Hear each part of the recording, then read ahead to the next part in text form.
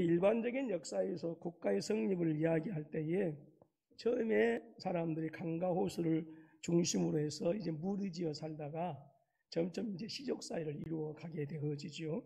시족 생활을 하면서 이제 산과 들에서 고기를 잡고 들짐승을 잡아서 생활하다가 이제 농경 사회를 시작하게 되어집니다. 그러면서 이제 점점 이제 인구가 불어나게 되어지죠. 그러면서 이제 농사 짓는 것만으로 부족하게 되어지니까 소위 말해서 이제 학자들이 얘기하는 약탈 경제가 이루어지게 되어집니다. 이 약탈 경제가 무슨 말이냐면 자기들의 시족이나 부족, 자기들이 부족한 것들을 얻기 위해서 다른 부족들을 전쟁이나 무력 같은 것을 사용해서 자기의 필요한 것들을 채워나가는 것을 약탈 경제라고 그렇게 얘기를 해요. 그래서 이러한 약탈 경제 시대가 되어지니까 이제 힘이 없으면 당하거든요. 그래서 이제 부족과 부족이 이제 모이게 되어지고, 그래서 더 강력한 세력이 생기게 되어지고, 거기에서도 지도자가 나오고, 그렇게 해서 이제 국가가 이제 생기게 되어지는 것이죠. 그래서 그 국가를 통해서 이제 백성들이 보호받고 생활을 하게 되어집니다. 성경은 이 국가의 어떤 체계에 대해서 정확하게 얘기하지 않지만 아무튼 이 국가라고 하는 공동체를 통해서 이제 지도자가 세워지게 되어지고요. 또 법을 만들어서 인간 사회는 지금까지 진보하고 발전을 거듭해 오고 있습니다. 그래서 이렇게 법을 만들고 국가가 세워지면서 인간에게 있어서 그 통제 불가능한 죄를 그나마 조금이라도 통제하게 하고 억제하게 합니다. 성경은 국가의 탄생과 성립의 배경에 대해서는 얘기하지 않습니다. 그도 그럴 것이 성경은 구원을 이루어가신 하나님의 구원의 역사를 이루어가는 책이지 어떤 세상에 대한 역사가 아니기 때문에 그렇습니다. 그럼에도 불구하고 국가의 탄생과 성립의 배경에 대하여 성경을 자세하게 보게 되어지면 확실하게 역사에서 국가는 이렇게 해서 생겨났다라고 가르쳐 주지는 않지만 어떻게 국가가 성립하게 되었는가라고 하는 것들을 충분히 추측해 볼 수 있는 성경적인 근거들이 있어요. 하나님께서 인간을 하나님의 형상으로 창조하시고 그 인간을 하나님의 대리자로 세워주셨지요. 그래서 하나님께서 창조하신 모든 창조물들을 다스리고 정복하고, 그래서 놀라운 이 통치권이라고 하는 이 복을 우리에게 주셨어요. 근데 안타깝게도 아담과 하와 할아버지가 하나님께 불순종해서 죄가 세상에 들어오게 되어지고, 근데 그 죄는 걷잡을 수 없이 마치 들불처럼 모든 인류 가운데 이제 번지게 되어집니다. 범죄한 인간은 이 죄를 통제할 능력이 없었어요. 철저히 죄의 노예가 될 수밖에 없었고, 결국은 우리가 창세기 6장에서부터 펼쳐지는 노아 홍수를 보게 되어지면 인간의 죄는 하나님의 심판을 받지 않으면 안 되는 그런 파멸의 지경까지 이르게 되어집니다. 자, 창세기 6장 5절로 7절 말씀을 보면 제가 읽어드릴게요. 여호와께서 사람의 죄악이 세상에 가득함과 그의 마음으로 생각하는 모든 계획이 항상 악할 뿐임을 보시고 땅 위에 사람 지으셨음을 한탄하사 마음에 근심하시고 이르시되 내가 창조한 사람을 내가 지면에서 쓸어버리되 사람으로부터 가축과 기는 것과 공중의 새까지 그리하리니 이는 내가 그것들을 지었음을 한탄함이니라 하시니라. 그러니까 인간의 죄는 모든 인간을 멸망과 파멸에 이르게 하는 결과를 가지고 왔다라고 하는 거예요. 그래서 불완전하지만 죄를 통제할 수 있는 최소한의 장치를 마련해 주는데 바로 그것이 국가라고 하는 제도예요. 사사기 21장 25절 말씀을 보면 그런 말씀이 있어요. 그때에 이스라엘에게 왕이 없으므로 사람이 각기 자기의 소견에 옳은 대로 행하였더라 말씀했어요. 하나님은 이스라엘 백성들을 400년 동안 종살이 했던 애굽에서 건져내셔서 40년 동안 광야에 이르게 하시고 마침내 가나안 땅에 이르게 하십니다.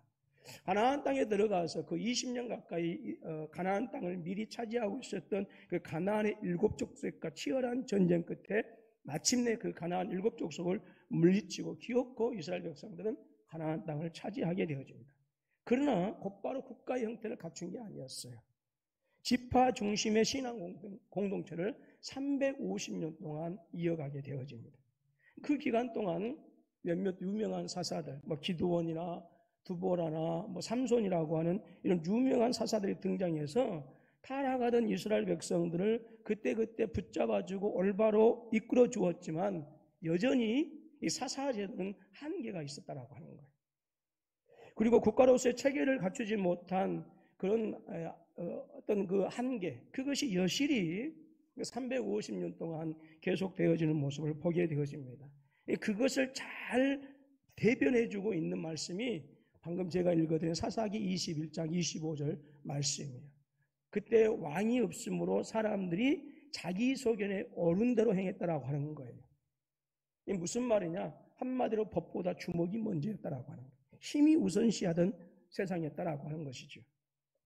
이스라엘 사람들이 국가의 체계를 이루지 못하고 지파별로 분산되어져 있었을 때는 각기 제각각이었어요. 그래서 사사시대도 보게 되어지면요, 미디안 족속이나 여러 기타 이방 족속들에 의해서 40년 동안 20년 동안 14년 동안 7년 동안 어떤 억압을 받을 때에 모든 지파가 다 함께 일어나가지고 그 어떤 이방 민족들을 물리친 것들이 아니었어요. 부분적으로 일어나서 물리쳤어요. 이렇게 각기 제각각이었어요. 그리고 서로가 서로를 통제하지 못해서 12지파 사이에 서로 죽고 죽이는 피 튀기는 그런 전쟁이 일어나기도 합니다. 그래서 어떤 지파, 베냐민 지파 같은 경우는 뭐냐면 완전히 거의 모든 남자들이 다 거의 전멸할 정도까지 되어지게 되어지죠. 그래서 이렇게 서로가 서로를 통제하지 못한 상태. 그래서 21장 25절에 말씀하는 것처럼 그들의 사이는 질서도 없고 말 그대로 법이 존재하지 않는 그런 사이였습니다. 그래서 하나님께서는 이스라엘 백성들의 요구대로 왕을 허락하시지요.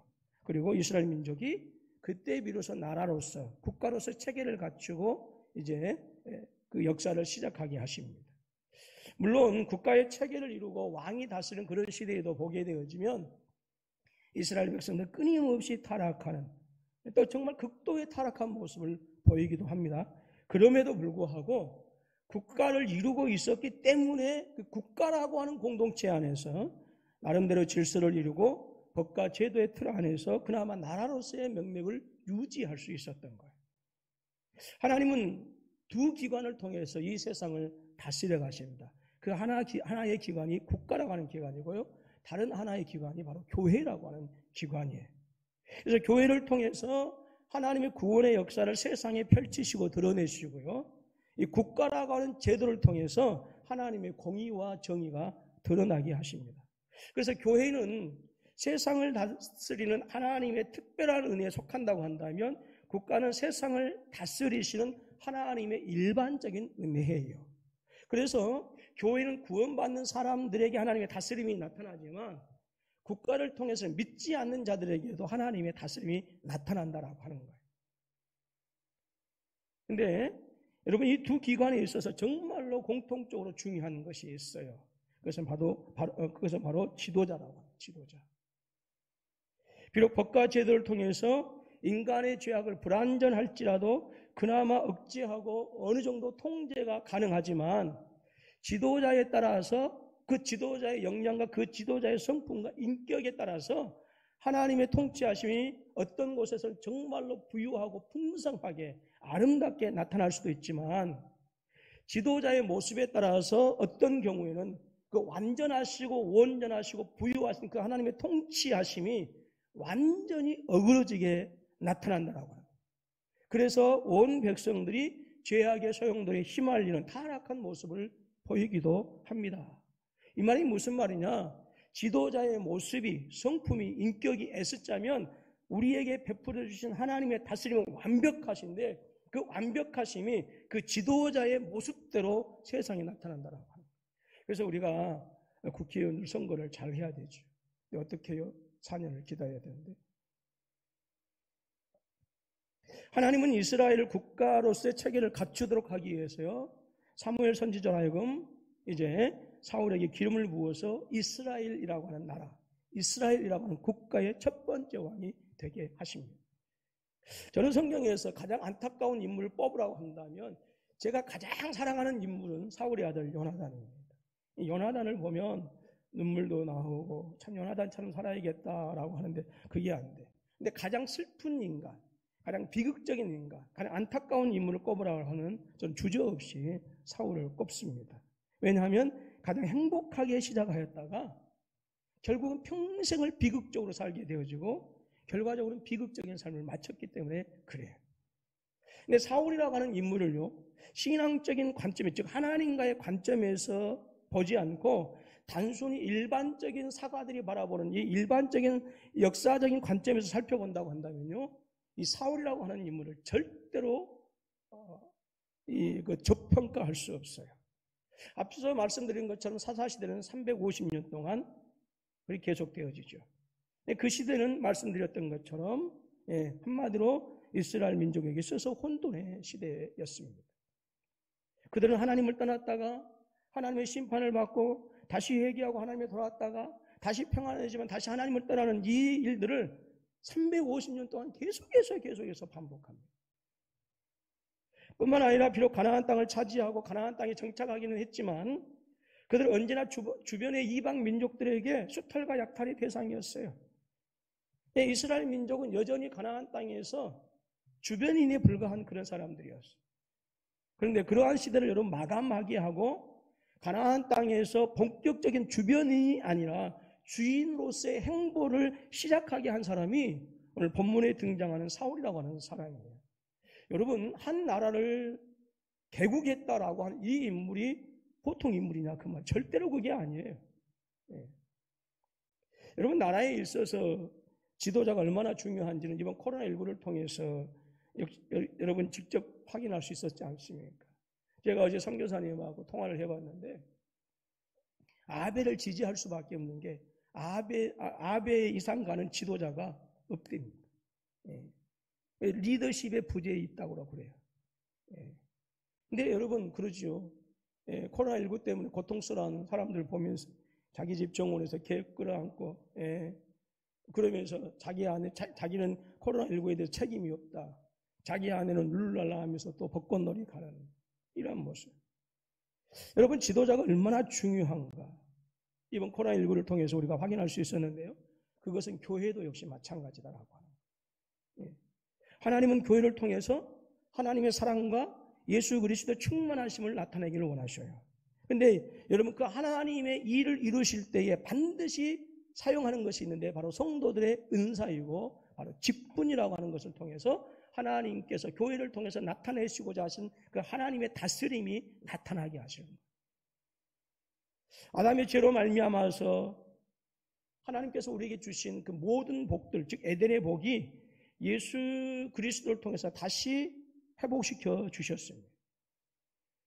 하나님은 그 놀라우신 은혜를 하나님의 은혜를 교회를 통해서 저와 여러분들이 그것을 누려가기를 원하시는 거예요.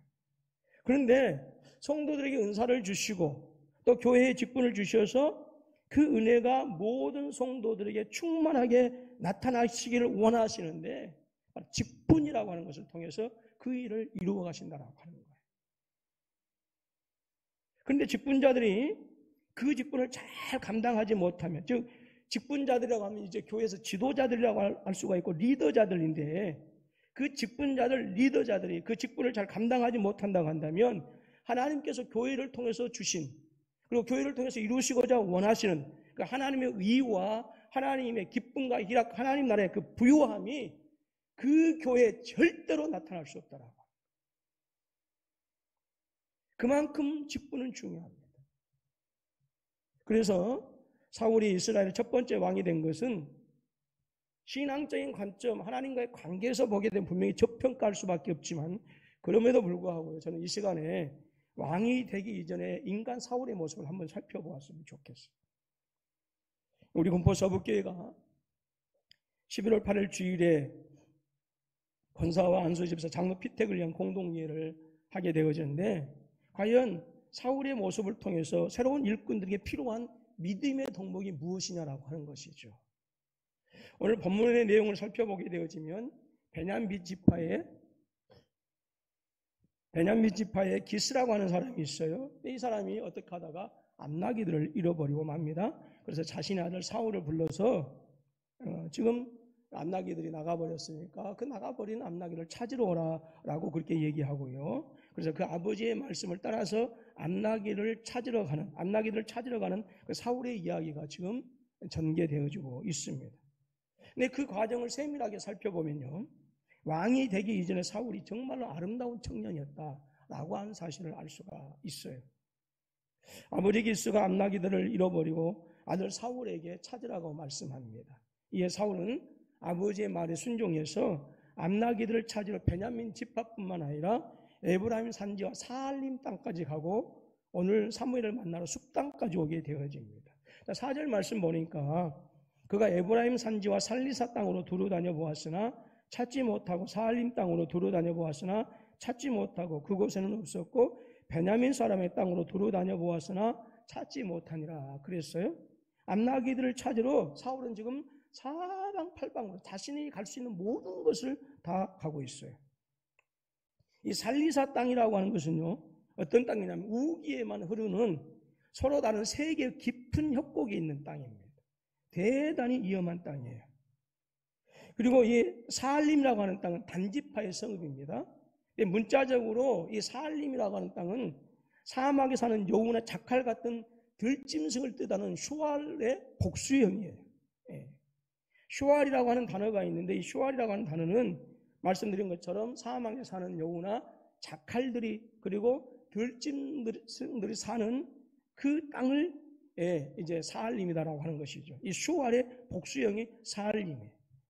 그러니까 이 사알림은 여우들이 많이 사는 광야나 황무지, 사막 같은 것을 얘기합니다. 역시 위험한 땅입니다.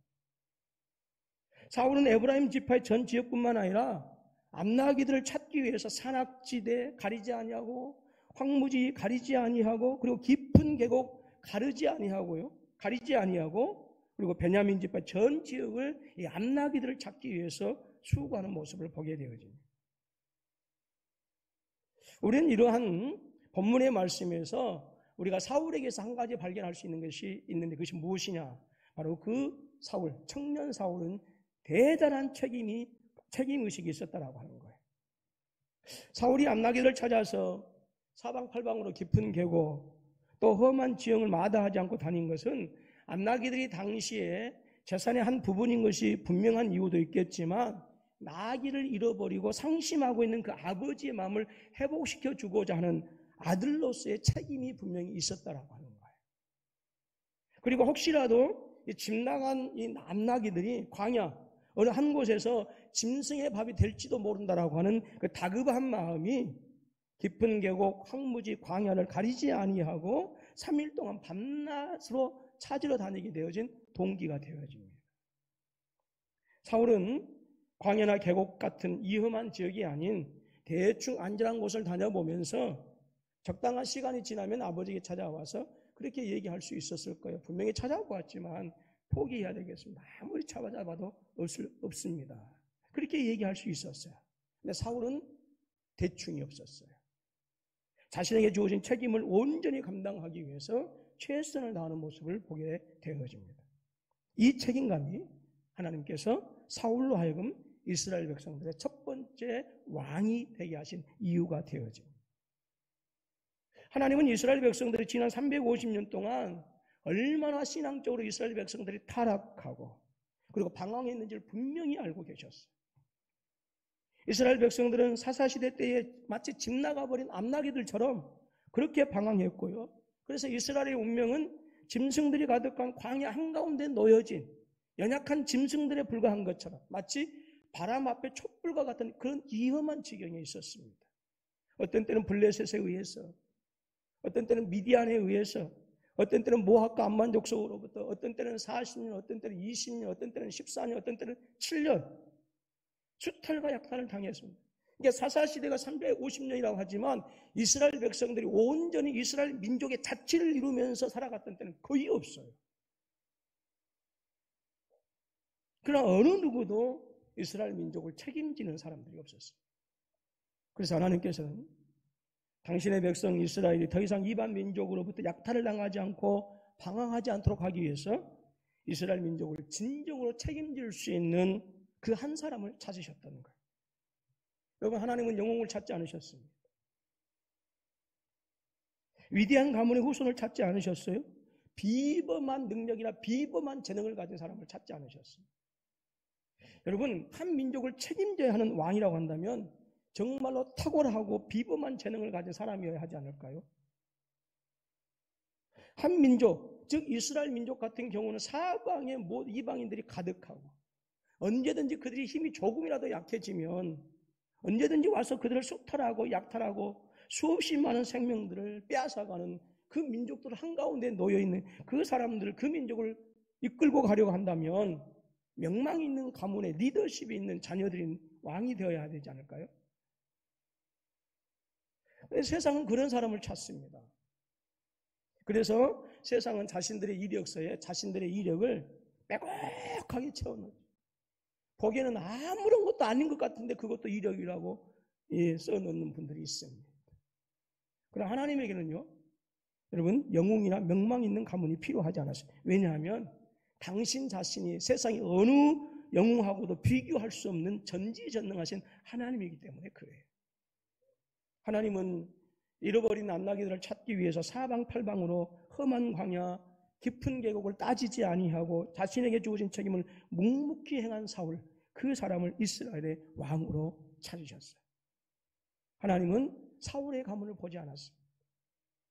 가문으로 따진다고 한다면 이스라엘 백성들에게서 이스라엘 백성들의 왕이 나와야 할 지파는 유다 지파이든지 에브라임 지파이든지 해야 돼요.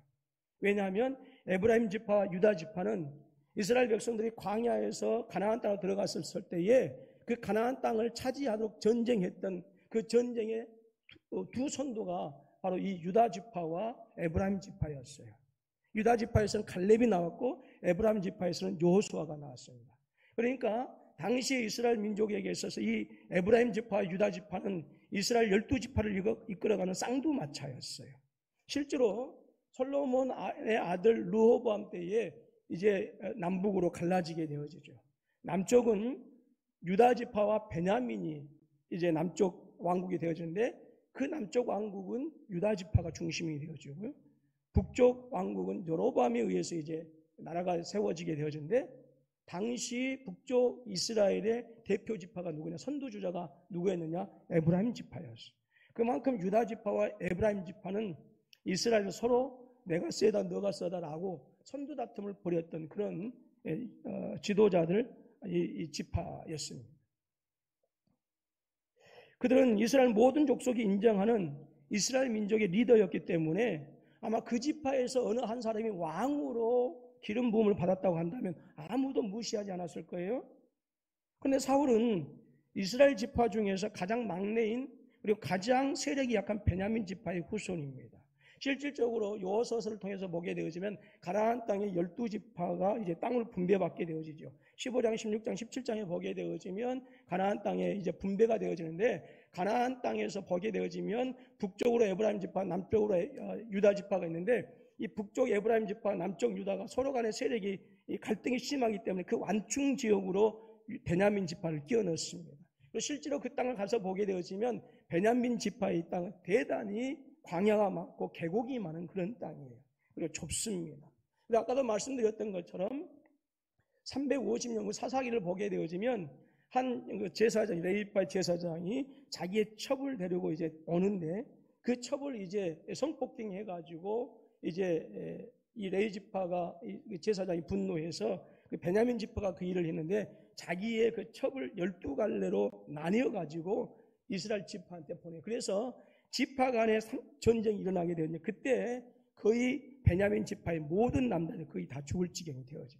그러니까 이때는 베냐민 지파가 아주 세력이 약했던 그런 때였어요. 그 세력이 약했던 때. 더구나 이들이 뭐 했어요?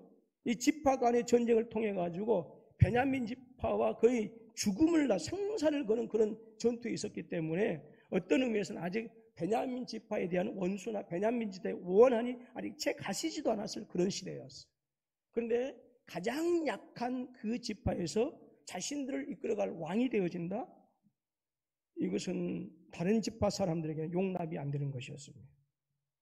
그래서 사울을 애써 무시한 사람들도 있었어요. 사무엘상 10장 24절로 27절 말씀 보면 자, 우리 한번 읽어볼까요? 사무엘상 10장 24절 27절입니다. 시작.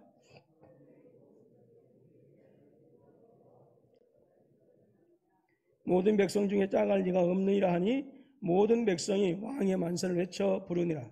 사무엘이 나라의 제도를 백성에게 말하고 책에 기록하여 여호와 앞에 두고 모든 백성을 각기 집으로 보내매 사울도 기브와 자기 집으로 갈 때에 마음이 하나님께 감동된 유력한 자들과 함께 갔느니라. 어떻게 우리를 구원하겠느냐고 멸시하며 예물을 바치지 아니하였으나 그는 잠잠하였더라. 예, 어떤 불량배는 이것은 누군지는 모르지만 이스라엘 지파의 사람들 가운데 사울을 인정하지 않아서 자신들의 왕으로 해요. 왜요? 너무 형편없는 사람, 집안의 사람이거든. 그러나 책임감만큼은 이스라엘의 장자와 다름이 없었다라고 하는 거예요. 그래서 하나님은 이스라엘 백성들을 젊은 사울에게 맡겨주신 거예요. 여러분, 젊은 사울에게서 누구의 향기가 나지 않아요?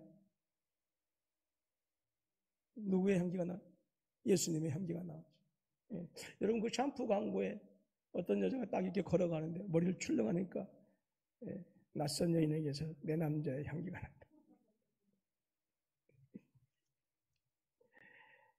젊은 사울에게서 우리 주님의 향기가 나옵니다.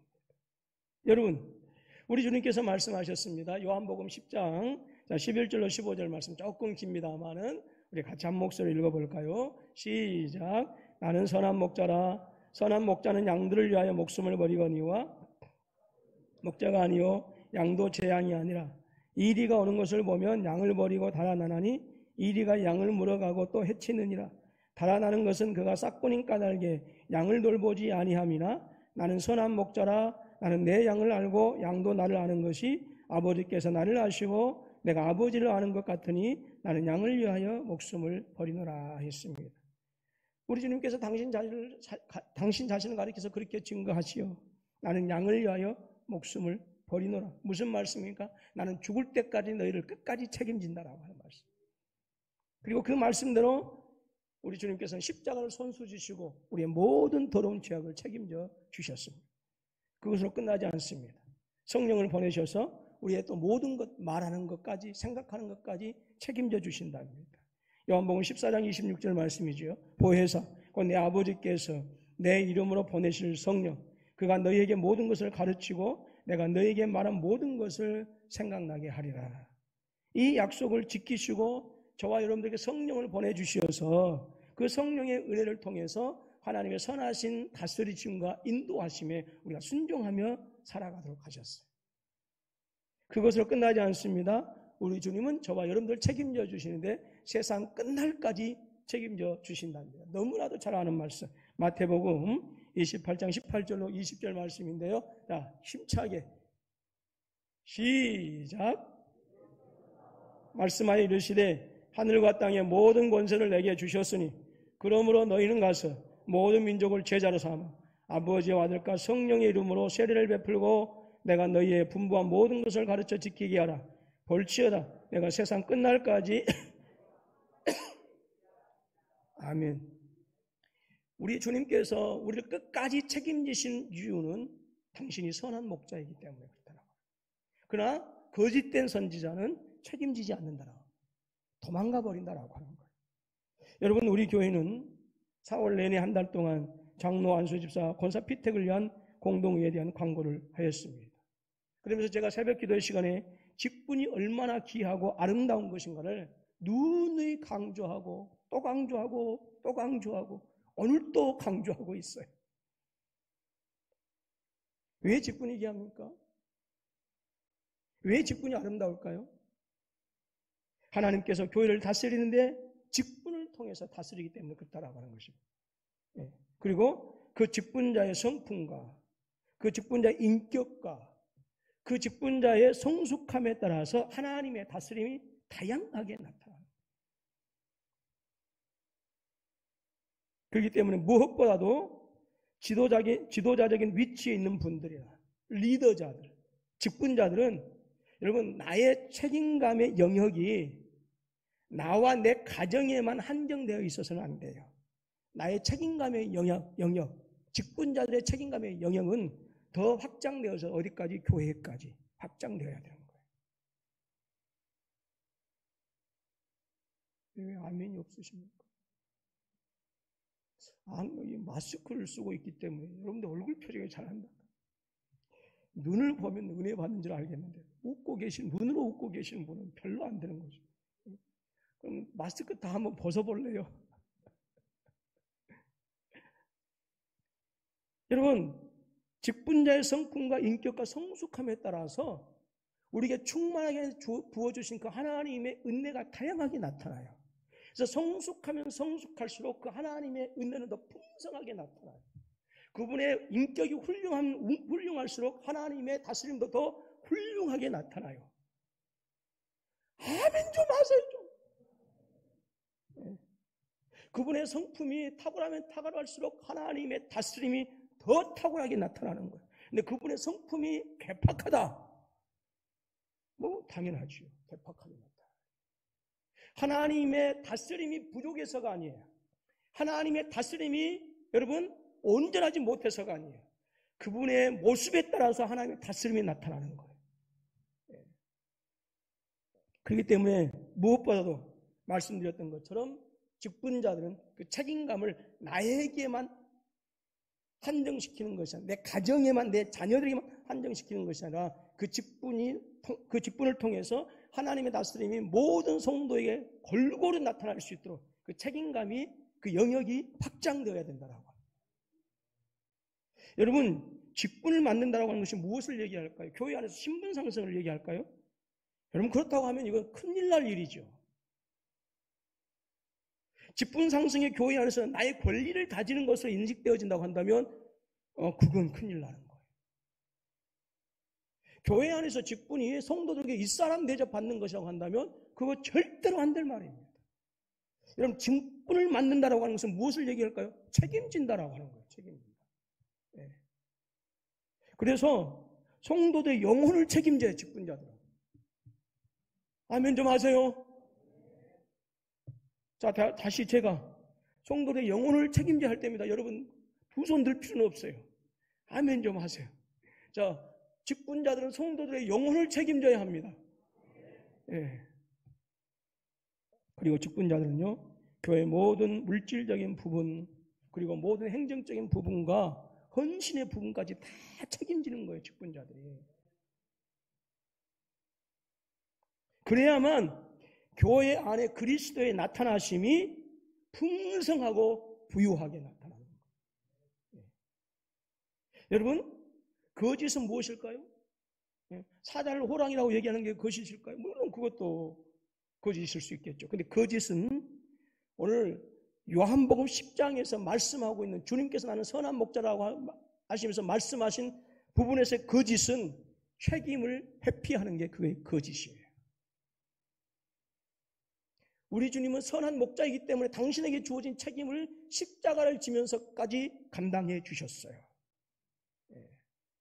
그러면 거짓은 무엇입니까?